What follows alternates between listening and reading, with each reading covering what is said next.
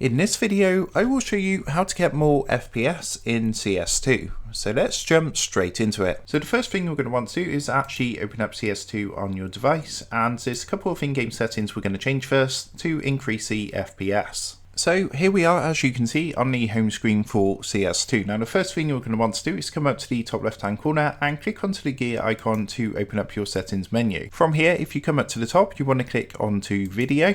And what you want to do is actually change the aspect ratio first of all. So you want to change this from widescreen, it's normally set to by default, to normal 4:3. Also for the resolution, I would recommend changing this to 1024 by 768. Once that's done, make sure to come down to the bottom right hand corner and press apply changes to apply these changes to the game.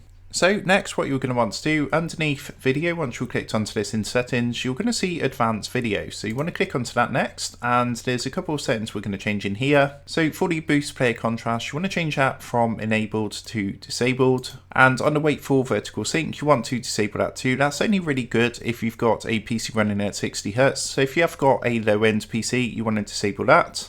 And also for these details down here, you want to set all these to low, so like the shader detail and the particle detail, for example, you want to change this all to low. Once you've gone ahead and done that, at the very bottom, what I would recommend is the ambient occlusion being disabled, and underneath high dynamic range, you want to make sure this is set to performance. So you've got two options, performance or quality. I would recommend going for performance. And again, for the fidelity FX super resolution, you can change that to performance as well. If it doesn't work on performance, I would recommend setting this to balanced. And that's all we need to do from here. So already that should make a significant difference to your FPS in CS2. So it should be a lot more smoother straight off the bat. And another thing you can actually do, I'm just going to come out of CS2 and basically you're going to want to come back to your desktop. So the next thing I would recommend doing is making sure you've got game mode set to on. So to do this, what you're going to want to do is come down to the bottom left hand corner to your search box and go ahead and type settings.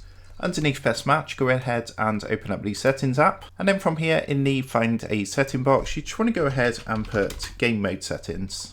So you can see it's come up with some related results. You want to click onto game mode settings.